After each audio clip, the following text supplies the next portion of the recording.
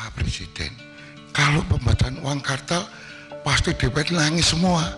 Kenapa? Masa dia bagi duit harus pakai e-wallet?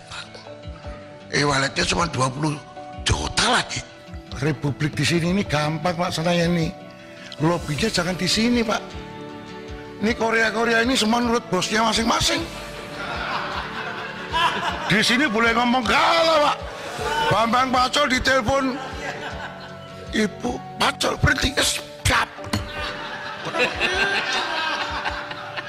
Ini laksanakan Pak.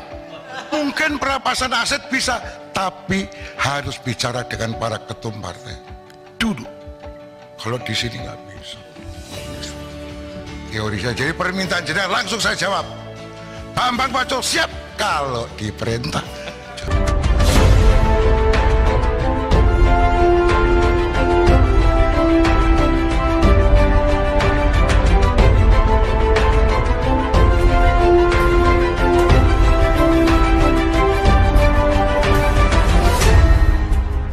Tonton video ini sampai selesai agar Anda tidak gagal paham. Ketua Komisi 3 DPR RI Bambang Wuryanto alias Bambang Pacul menjawab Menko Polhukam Mahfud MD yang meminta agar rancangan Undang-Undang RUU Pembatasan Transaksi Uang Kartal segera disahkan. Bambang bilang sulit bagi DPR mengesahkan RUU tersebut, sebab ada kekhawatiran para legislator tak terpilih lagi jika RUU itu resmi jadi undang-undang.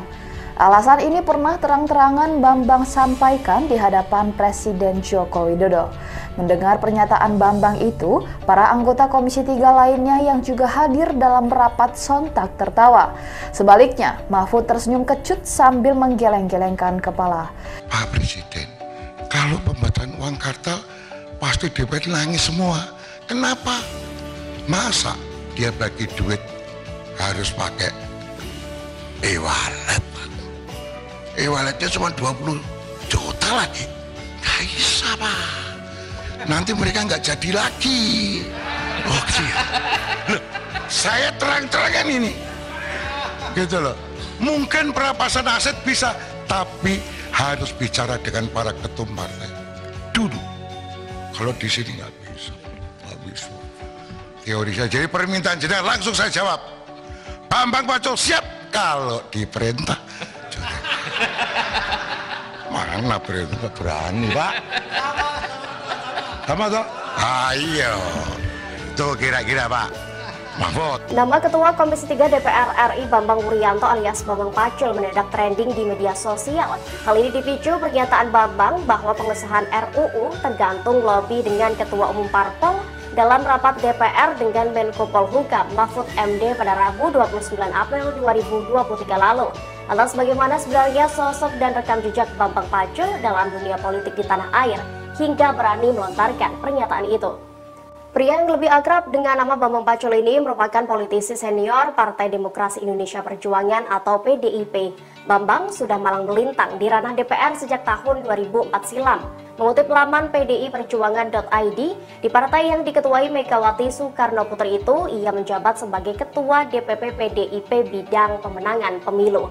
Sebelum menjabat Ketua Komisi 3 DPR dan Ketua Bapilu DPP PDIP, ia pernah mengisi sejumlah posisi.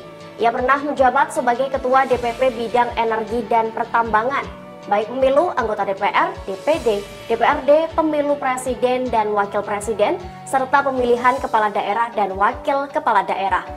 Pria kelahiran Sukaharjo 17 Juli 1956 ini pernah dipercaya untuk menjadi staf ahli fraksi PDIP di MPR. Karir politik Bambang semakin meningkat dengan menjadi anggota DPR selama 4 periode, yakni tahun 2004-2009, 2009-2014, kemudian 2014 hingga 2019, dan 2019 hingga 2024. Dan pada 24 Januari 2018, Bambang menggantikan TB Hasanuddin sebagai Wakil Ketua Komisi 1 DPR RI. Namun di tengah karirnya yang tengah tinggi saat itu, Bambang juga pernah diperiksa oleh Komisi Pemberantasan Korupsi alias KPK pada 3 April 2018.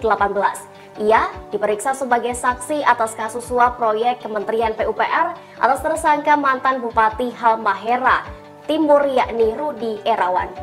sulit memberantas korupsi itu. Tolong melalui Pak Bambang Pacul, Pak, tolong Pak, undang-undang perampasan aset tolong didukung, Pak. Biar kami bisa ngambil begini-begini nih, Pak. Pak Mahfud tanya pada kita, tolong dong undang-undang perampasan aset dijalanin. Republik di sini ini gampang Pak, saya ini lobbynya jangan di sini Pak. Ini Korea ini semua menurut bosnya masing-masing. Di sini boleh ngomong kalah Pak.